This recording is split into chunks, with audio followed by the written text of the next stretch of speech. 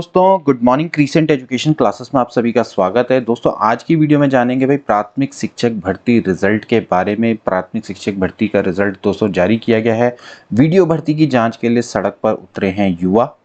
Assistant professor की भर्ती में लिखित परीक्षा से हो चयन ऐसी अभ्यर्थियों के द्वारा मांग की जा रही, क्योंकि अभी एपीआई के आधार पर दोस्तों अभी हाल में ही असिस्टेंट प्रोफेसर का रिजल्ट जारी किया गया था। प्रधानाचार्य की सीधी भर्ती का लगातार शिक्षकों के द्वारा दोस्तों विरोध किया जा रहा है। आरक्षण को लेकर फिर से कर्मचारी आमने सामने आ गए हैं।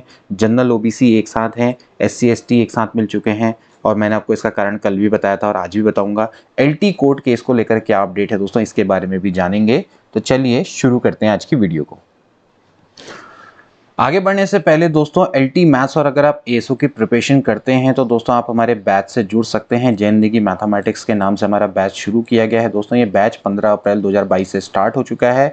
800 रुपये पर मंथ हम ले रहे हैं अप्रैल रजिस्ट्रेशन के लिए। इसके बाद अप्रैल के बाद मई के छात्रों से दोस्तों 1000 रुपये पर मंथ लेंगे। लेकिन दोस्तों आप ये बैच ये सोचिएगा कि आप 800 रुपये यहाँ पर देंगे तो आपको 8000 रुपये का दोस्तों यहाँ पर कंटेंट मिलेगा। मतलब कि आपके दुगने यहाँ पर पैसे आपके वसूल होंगे। रोज दोस्तों शाम को हम लाइव क्लासेस चलाते हैं। ये हमारे कॉन्टैक्ट नंबर है, यहाँ पर आप कॉन्टैक्ट कर सकते हैं, मैसेज कर सकते हैं मुझे।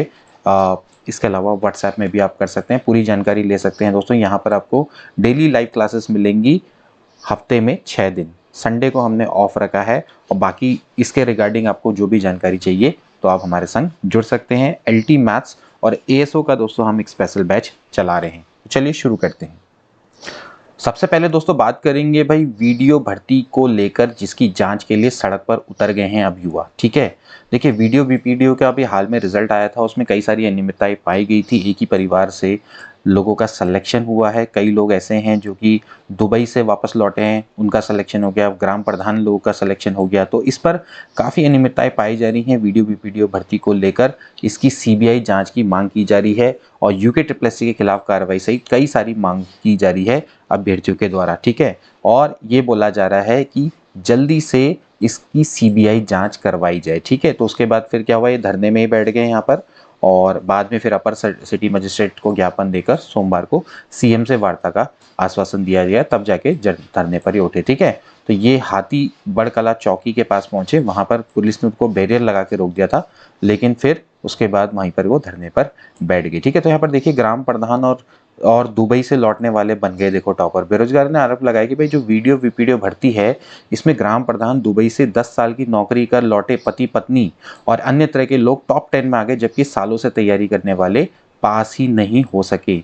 जो हुए भी उनके पीछे के रैंक, वो भी मतलब हुए भी तो पीछे के रैंक। उन्होंने आरोप लगाया कि फॉरेस्ट जो भर्ती निकली थी वन दरोगा की, उसमें भी कुल 332 सवाल हटाकर इन्होंने इसके बदले में बोनस अंक दे दिया। हर पेपर में 18 सवाल गलत करने या छोड़ने वाले अभ्यर्थी मेरिट में आ गए। ठीक है, इसके अलावा राम कंडवाल हैं जो कि अध्यक्ष हैं देवभूमि बेरोजगार मंच, इन्होंने भी बोला है भाई फॉरेस्ट गार्ड को लेकर वन दरोगा वीडियो वीपीडीओ भर्ती में धांधली हुई है और तत्काल जांच की जाए। ठीक है, इसके अलावा जैसे बॉबी पवार हैं, ये भी काफ़ी फेमस हैं, उत्तराखंड बेरोजगार संघ के अध्यक्ष हैं। तो आयोग को भी जो भी भर्तियां हुई हैं वे पूरी तरह से विवादित रही हैं। सभी में रिजल्ट के बाद कोर्ट या अन्य जगह शिकायत करनी पड़ती है। सरकार 72 घंटे में वीडियो वीपीडीओ की सीबीआई जांच करवाए। तो सभी लोग कह रहे हैं कि भाई सीबीआई जांच इसकी होनी चाहिए।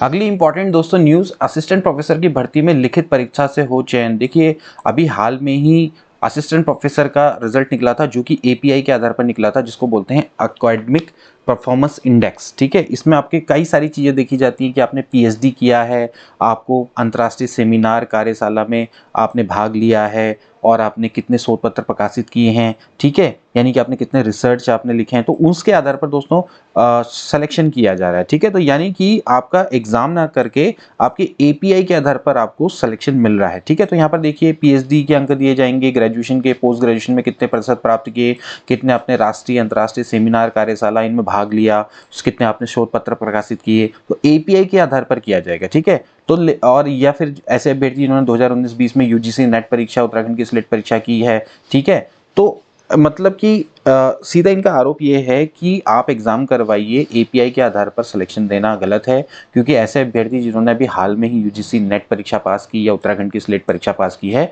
तो क्योंकि उनके पास एक्सपीरियंस नहीं है, तो फिर उनका सिलेक्शन नहीं हो पाएगा, ठीक है? उनके पास पीएचडी भी नहीं है, ना रिसर्च पेपर है, तो फिर ऐसे में अभ्यर्थी आवेदन तो करेंगे, लेकिन ऐसी व्यवस्था के चलते उनका कभी भी सिलेक्शन नहीं हो पाएगा, ठीक है? और पीसीएस परीक्षा भी हर साल कराई जाए, ऐसी दोस्तों इनकी डिमांड करी जा रही है। अगली दोस्तों इंपॉर्टेंट न्यूज़ है, वो है आरक्षण को लेकर फिर से कर्मचारी आमने सामने। जैसे कि कल मैंने दोस्तों आपको बताया था कि वरिष्ठता का जो रोस्टर लागू है, इससे दिक्कत आ रही है जनरल और ओबीसी कर्मचारियों को। देखिए, अभी हमने बताया था कि आरक्षण खत्म हो गया था 2012 में, जो प्रमोशन में आरक्षण मिलता था। अब उसके बदले इन्होंने क्या किया है कि वरिष्ठता में आरक्षण रोस्टर को लागू किया है, जिसमें पहला पद एससी को चला गया है, ठीक है? इसके बाद दूसरा, तीसरा, चौथा पद फिर अनरिजर्व रहता है, जैसे लाइक हम ओपन कैटेगरी होती है, फिर इसके बाद सातवां पद फिर एससी को। इस तरह से रोस्टर नियमावली बनाई गई। जबकि होता क्या है कि जब हम विभाग में ज्वाइनिंग लेते हैं, तो जो हमारी रैंकिंग होती है, चाहे हम यूकेपीएससी से आए, चाहे यूके ट्रिपल एससी से आए, या फिर किसी अन्य ऐप से आए, तो जो हमारी वहाँ रैंक होती है, वही रैंक हमारी विभाग में मानी जाती है और उसी के हिसाब से ज्येष्ठता क्रम तैयार किया जाता है, ठीक है? लेकिन अब यहाँ पर यह है कि ये नियम ये कहता है कि भाई आप पहला पद तो भाई एससी को ही देंगे, यानी कि एससी की रैंक चाहे कितनी भी हो, चाहे उसकी रैंक 100 भी होगी, तब भी वो रैंक 1 में माना जाएगा जब वो विभाग में ज्वाइनिंग लेगा, ठीक है? तो ये नियम यहाँ पर इसका विरोध किया जा रहा है। देखिए, उत्तराखंडी ज्येष्ठता नियमावली के अनुसार प्रमोशन के नियम है, वरिष्ठता के आरक्षण का रोस्टर लागू करने का सीधा मतलब है बैकडोर से लाभ देना। सरकार को इस फैसले के खिलाफ एसएलपी दायर करनी चाहिए सुप्रीम कोर्ट में। दीपक जोशी हैं दोस्तों, ये अध्यक्ष हैं जनरल ओबीसी एम्प्लॉयज एसोसिएशन के, ठीक है? ये सचिवालय में समय पर कार्यरत हैं। और यहाँ पर आप देख सकते हैं कि ये करमराम है, अध्यक्ष हैं एससी एसटी एम्प्लॉयज फेडरेशन के, जबकि वीपी नौटियाल हैं राष्ट्रीय महासचिव अखिल भारतीय समानता मंच के। तो आपस में एक दूसरे से आमने सामने हो गए हैं। जनरल और ओबीसी के लोग एक साथ हैं, जबकि एससी एसटी एक साथ हैं। अगला है दोस्तों, प्रधानाचार्य पदों पर सीधी भर्ती का किया गया विरोध है। अभी देखिए क्या हुआ था हाल में ही, जो सरकार है, सरकार ने फैसला लिया है कि जो प्रिंसिपल के पद हैं आधे पद वो सीधी भर्ती से भरे जाएंगे, ठीक है? अब इस पे क्या है कि जो पुराने टीचर्स हैं वो विरोध कर रहे हैं। वो इसलिए विरोध कर रहे हैं क्योंकि इतने सालों से उनका प्रमोशन नहीं हुआ। ये प्रधानाचार्य का जो पद है वो चाह रहे हैं कि इसको बस उन विभागीय प्रोन्नति में ही रखा जाए, इस पर सीधी भर्ती ना कराई जाए। सीधी भर्ती का मतलब ये है कि जो हमारे राजकीय शिक्षक हैं, लाइक एलटी है या प्रवक्ता है, तो विभागीय परीक्षा के द्वारा सीधे प्रिंसिपल बन सकते हैं, जैसे कि केंद्रीय विद्यालय में भी होता है, ठीक है? तो ये मान रहे हैं कि एक तो वैसे ही यहाँ प्रमोशन नहीं होते हैं, ठीक है? उसके बाद फिर आप क्या करो, शिक्षकों को लगातार प्रमोशन देते जाओ और प्रिंसिपल के पदों पर आप सीधी भर्ती करवा दे रहे हो, ठीक है? तो यहाँ पर देखिए कि ये कह रहे हैं कि सीधी भर्ती के बजाय शिक्षकों को न्यूनतम 3 पदोन्नति दिया करे। जैसे कि सरकारी कर्मचारी, जो अन्य कर्मचारी होते हैं, उनको 3 पदोन्नति का लाभ मिलता है पूरे सेवा काल के दौरान, ठीक है? इसको एसीपी बोलते हैं, एश्योर्ड करियर प्रमोशन। ये टीचर्स को नहीं मिलता है। कभी मैं एक वीडियो बनाऊंगा आपको, जिसमें मैं आपको बताऊंगा कि जो एक कर्मचारी होते हैं जो कि नॉन टीचर्स होते हैं, और एक होता है टीचर, यानी कि एक राजकीय कर्मचारी, एक होते हैं राजकीय शिक्षक। इन दोनों की जॉब प्रोफाइल में क्या अंतर है, उससे आपको क्लियर हो जाएगा कि आपको किस डायरेक्शन में जाना चाहिए, ठीक है? तो कभी उस पर डिटेल वीडियो बनाऊंगा, एसीपी सारी चीजें आपको समझाऊंगा। तो संघ के जिलाध्यक्ष आनंद सिंह जंगवाल ने कहा कि सरकार को सीधी भर्ती के बजाय अन्य विभागों की भांति शिक्षकों को भी न्यूनतम 3 पदोन्नति करनी चाहिए, क्योंकि अन्य विभागों में जैसे कि जो सरकारी कर्मचारी हैं उनको 3 एसीपी का लाभ मिलता है, ठीक है? तो कहा है कि शिक्षा विभाग में पदोन्नति न होने से शिक्षक एक ही पद से सेवानिवृत्त हो जाते हैं, जबकि सरकार पदोन्नति के बजाय प्रधानाचार्य के पदों पर सीधी भर्ती करने की तैयारी करे, जिसका राजकीय शिक्षक संघ विरोध करता है। मैंने कहा लंबे समय से एलटी प्रवक्ता प्रधानाचार्य प्रधानाध्यापक की पदोन्नति न होने से शिक्षकों में रोष है। कई विद्यालयों में प्रवक्ता प्रधानाचार्य और प्रधानाध्यापकों के पद रिक्त चल रहे हैं। उन्होंने सरकार से इन पदों को शीघ्र भरने की मांग करी है, क्योंकि शिक्षक होंगे तो विद्यालय में शैक्षिक गुणवत्ता बढ़ेगी। अब दोस्तों बात करेंगे प्राथमिक शिक्षक भर्ती रिजल्ट की। आपने कुछ नहीं करना है, ukschooleducation.com, ठीक है? इसको आपने टाइप कर देना है, ठीक है? uk स्कूल एजुकेशन, ठीक? जब आप इस पर क्लिक करेंगे दोस्तों, तो यहाँ पर सबसे पहले आपके पास आ जाएगा home department of school education of government of Uttarakhand, ठीक है? तो ये इनकी ऑफिशियल वेबसाइट आ जाएगी। आपने अगर अप्लाई किया है तो दोस्तों ये मैं आपको इसलिए बताता हूँ ताकि आप खुद भी यहाँ से अपने जो भी आपने अप्लाई किया है वो आप देख सकें, ठीक है? आप अपना रिजल्ट खुद चेक कर सकें। तो यहाँ देखिए, सहायक प्राथमिक नियुक्ति आदेश, यहाँ पर दोस्तों ज्वाइनिंग लेटर आया है रुद्रप्रयाग का, और यहाँ पर आया है सहायक अध्यापक नियुक्ति हेतु थर्ड वेरिफिकेशन लिस्ट यहाँ पर निकली है चमोली में, ठीक है। इसके अलावा यहाँ पर भी नियुक्ति आदेश, यानी कि 3 सीधे सीधे यहाँ पर आपको अपडेट दिखाई देती है, ठीक है। तो यहाँ पर जो थर्ड वेरिफिकेशन वाला है इसको देख लेते हैं, क्योंकि ज्वाइनिंग लेटर तो चलो जिनको मिल गया उनको पता लग गया होगा अपने बारे में। तो यहाँ पर देखिए कि थर्ड वेरिफिकेशन लिस्ट दोस्तों यहाँ पर निकाली गई है, एक बार इसको चेक कर लेते हैं।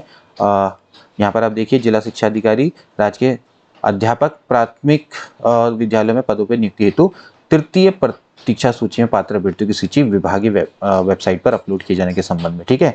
तो ये दोस्तों यहाँ पर अपलोड की गई है, आप देख सकते हैं, ठीक है। यहाँ पर मैं एक काम करता हूँ, इसको रोटेट कर देता हूँ, ठीक। तो यहाँ पर दोस्तों आप देख सकते हैं, काम करते हैं, थोड़ा सा इसको जूम कर देते हैं।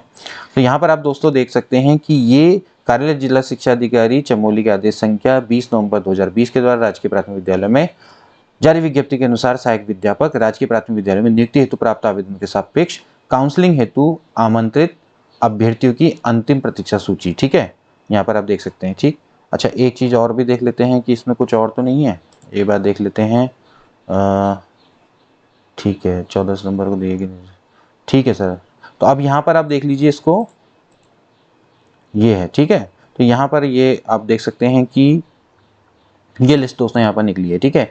ज़्यादातर आप देखेंगे कि यहाँ पर डीएलएड वाले भी हैं, और उसके बाद बीएड वालों के भी दोस्तों कंबाइंड लिस्ट यहाँ पर निकली है, ठीक है। बीएड में आप देख लीजिए 2006 वालों का यहाँ पर चयन दिखता है, ठीक। और ये जनरल कैटेगरी से हैं, लेकिन इनका डीएफएफ आरक्षण भी है, तो दीपक सिंह बिस्ट, ठीक। ऐसे ही यहाँ पर दोस्तों आपको दिखेगा भाई बीएड के 2006 वालों का चयन दिखता है यहाँ पर एससी कैटेगरी के, ठीक। तो ज़्यादातर दोस्तों यहाँ पर एससी ओबीसी के कैटेगरी के आपको बीएड के कैंडिडेट्स दिख जाएंगे, ठीक है। और कुछ आपको जनरल के भी दिखेंगे, लेकिन ईडब्ल्यूएस के संग आपको मिलेंगे, ठीक है। तो यहाँ पर विज्ञान वाले भी हैं, जेडबीसी वाले भी हैं, ठीक है। और मतलब ये इन्होंने कंबाइंड लिस्ट टाइप की दोस्तों निकाली है, ठीक है। तो कुल मिला के अगर यहाँ पर देखा जाए, तो अगर मैं इस लिस्ट को पूरा नीचे तक देखूँ, डीएलएड वाले भी हैं, मतलब दोनों हैं। तो यहाँ पर दोस्तों क्या है कि 280 लोगों का दोस्तों यहाँ पर चयन दिखाई देता है, ठीक है। तो ये लोगों को बहुत बहुत बधाइयाँ, जितने लोगों का भी यहाँ पर सिलेक्शन हुआ है। और इसका पीडीएफ मैं अपने टेलीग्राम चैनल पर अपलोड कर दूंगा, अदरवाइज आप देख लेना कि मैंने किस तरह से इसको रिजल्ट को देखा है। अब बात करेंगे दोस्तों एलटी कोर्ट केस के अपडेट की। एक बार एक काम करते हैं, चेक कर लेते हैं। देखिए एलटी कोर्ट केस अपडेट में केस नंबर से हम दोस्तों देखेंगे हमने केस के स्टेटस को। तो ये जो हमारा केस का स्टेटस है, पहले काम करते हैं हिंदी वालों का देख लेते हैं।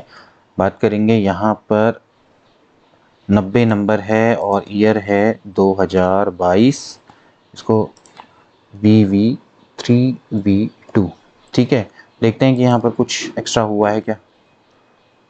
तो यहाँ पर आप देखेंगे अनिता जोशी है, और दोस्तों यहाँ पर आप देख सकते हैं कि क्लियरली यहाँ पर देख सकते हैं 18 अप्रैल 2022, यानी कि दोस्तों कल की डेट में आपको दिखाई देता है, ठीक है। कल की डेट में दोस्तों आपकी हेयरिंग होने वाली है। यहाँ पर और कोई दोस्तों फिलहाल अभी अपडेट नहीं है, ठीक है। अगर आप देखेंगे नीचे भी अगर आप बढ़ेंगे तो फिलहाल आपको वही यहाँ पर केस दिखाई देता है, ठीक है। तो कल का दिन काफ़ी इंपॉर्टेंट होने वाला है, ठीक। इसके बाद देखते हैं 308 वाला दोस्तों वही है, सुनीता केस है K966A, ठीक है। तो यहाँ पर अगर हम क्लिक करेंगे, यहाँ पर भी दोस्तों आपको Sunita versus state of Uttarakhand दिख जाएगा, ठीक है। तो यहाँ पर भी दोस्तों आप देखेंगे 18 अप्रैल 2022 दोस्तों अभी दिखाई देती है डेट, ठीक है। यानी कि कल ही दोस्तों आपकी इसकी सुनवाई होने वाली है। फिलहाल इसमें कुछ नहीं है, फाइनल हियरिंग जैसा वर्ड यहाँ पर अभी फिलहाल नहीं है, जैसे कि एलटी में लिखा था। हालांकि हो सकता है, जरूरी नहीं है कि कल ही मतलब कि फाइनल हियरिंग कल ना हो सकता है कि कल हियरिंग हो जाए, कभी कभार होता है, कभी नहीं होता है। जब ज़्यादा ही केस की हियरिंग हो जाती है तो फिर वहाँ पर फाइनल हियरिंग लिखा आता है। हो सकता है कि जो मैटर है ये कल ही रिजॉल्व हो जाए, ठीक है, लेकिन कल का वेट करना पड़ेगा। इसके अलावा अन्य भी कई जो केसेस हैं, उनमें से कुछ केसेस हैं जिनको मई में शिफ्ट किया गया है, ठीक है, और कुछ केसेस ऐसे हैं जिनकी कल ही सुनवाई है। तो देखते हैं कि कल के सुनवाई में क्या होता है। कोई भी अगर अपडेट आएगी तो मैं आपको बता दूंगा। तो दोस्तों आज की वीडियो के लिए इतना ही, मिलते हैं अगली वीडियो में। Till then take care and good bye.